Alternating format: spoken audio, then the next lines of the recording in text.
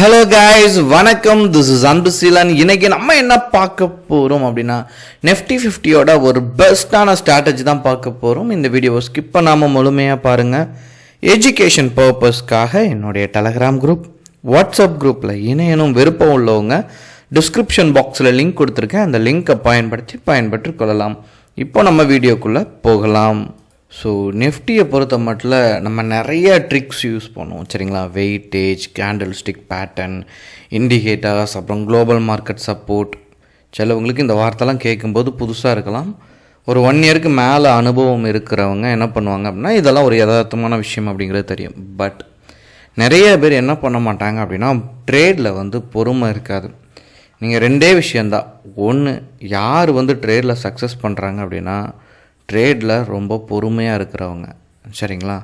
2வது, ஹியூஜ் அமௌண்ட்டை வச்சு ஆப்ஷனை ரைட் ஆஃப் யார் பண்ணுறாங்களோ இவங்க தான் மேஜர் சக்ஸஸில் வருவாங்க.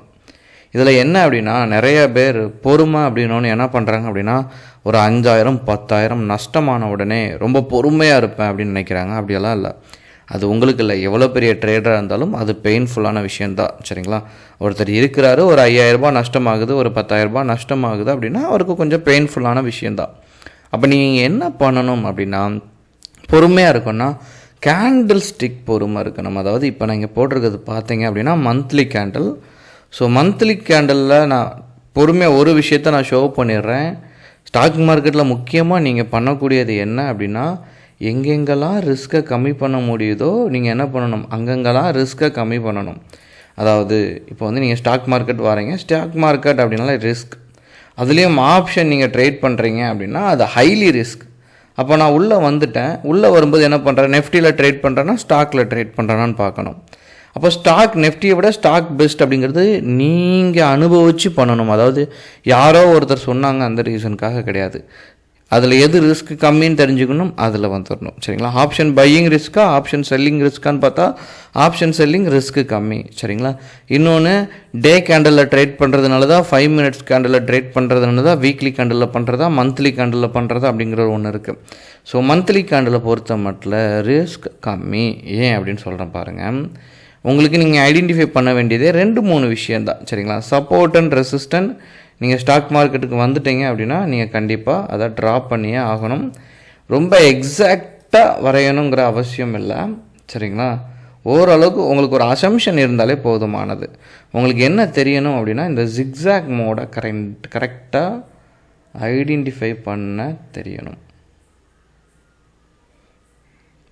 ஸோ சப்போர்ட்லேருந்து ரெசிஸ்டன்ட் நோக்கி போகும்போது மந்த்லி கேண்டில் பிரேக் அவுட் இருந்தால் ப்ராஃபிட் இருக்கும். இப்போது இது கன்சால்டேஷன் மோட். அப்புறம் இங்கேருந்து இங்கே பிரேக் அவுட், இந்த பிரேக் அவுட்லேயும் மந்த்லி கேண்டில் போதுமான அளவுக்கு ஒரு ப்ராஃபிட் இருக்கும், சரிங்களா? இப்போ நீங்கள் என்ன பண்ணணும் அப்படின்னா ஆப்ஷனை ரைட் ஆஃப் பண்ணுறீங்க அப்படிங்கிறது ரொம்ப பெஸ்ட்டான விஷயம். இப்போ என்ன பண்ணுங்கள், இப்போ சப்போர்ட்லேருந்து ரெசிஸ்டண்ட்டை நோக்கி போகுதான்னு பார்க்கணும். இதுக்கு முன்னாடி நெஃப்டி என்ன ரெப்ரசன்ட் பண்ணுது அப்படின்னா 50 கம்பெனி இருக்குது நெஃப்டியில், சரிங்களா? அந்த 50 கம்பெனியை ரெப்ரசன்ட் பண்ணுறதா நெஃப்டிக்கு ஒரு வெயிட்டேஜ் இருக்குது, நீங்கள் அதையும் செக் பண்ணணும். இன்னொன்று, இப்படி ட்ரேட் பண்ணும்போது நியூஸை பேஸ் பண்ணியும் ட்ரேட் பண்ணணும். ஏன்னா நம்ம ஹோல்டிங்கில் எடுத்துகிட்டு போக போகிறோம். அன்னன்னைக்கான நியூஸ் ரொம்ப முக்கியமானது இதுக்கு, சரிங்களா? ஸோ எலெக்ஷன் வருது, அதனால் பாதிப்பு இருக்கும். இது எல்லாமே தெரியணும். ஓரளவுக்கு ஸ்டாக் மார்க்கெட் அஃபெக்ட் பண்ணுமா, எந்தெந்த இண்டஸ்ட்ரி, எங்கேயாச்சும் போர், வார், இந்த மாதிரியான விஷயங்கள் நம்ம கேட்குறோமா, இதெல்லாம் ரொம்ப தெளிவாக பார்த்துக்கணும். இப்போ என்ன பண்ணணும் அப்படின்னா ஒன்றுமே இல்லை. மந்த்லி கேண்டில் பிரேக் அவுட், நீங்கள் நார்மலாக பிரேக் அவுட் ஆனாலே ப்ராஃபிட் தருது. இப்போது நான் மேலே போகுது, சப்போர்ட்லேருந்து ரெசிஸ்டரை நோக்கி மார்க்கெட் போகுது அப்படின்னா இங்கே கால் இருக்குது, இங்கே புட்டு இருக்குது, சரிங்களா? ஃபர்ஸ்ட் பாயிண்ட், நீங்கள் என்ன பண்ணணும் அப்படின்னா மார்க்கெட் மேலே போகும்போது கால் மேலே போகும், புட்டு கீழே இறங்கும். புட்டை செல் பண்ணணும். இதில் ஒரு ப்ராஃபிட் கண்டிப்பாக வரும்.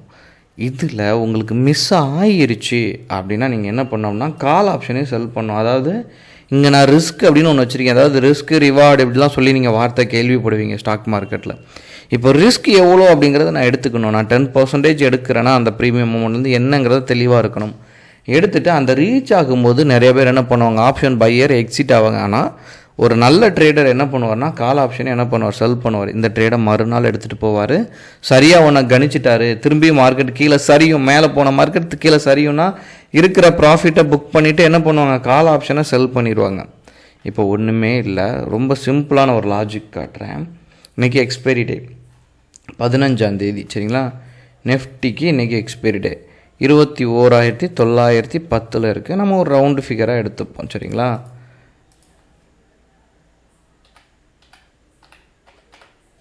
ஸோ 15 இதனுடைய கால் புட் ஆட் பண்ணால் ஏதோ ஒன்று 0.05 வந்து நிற்கும். தெரிஞ்சிருச்சா? அவ்வளோதான் விஷயம், ரொம்ப சிம்பிள் சரிங்களா.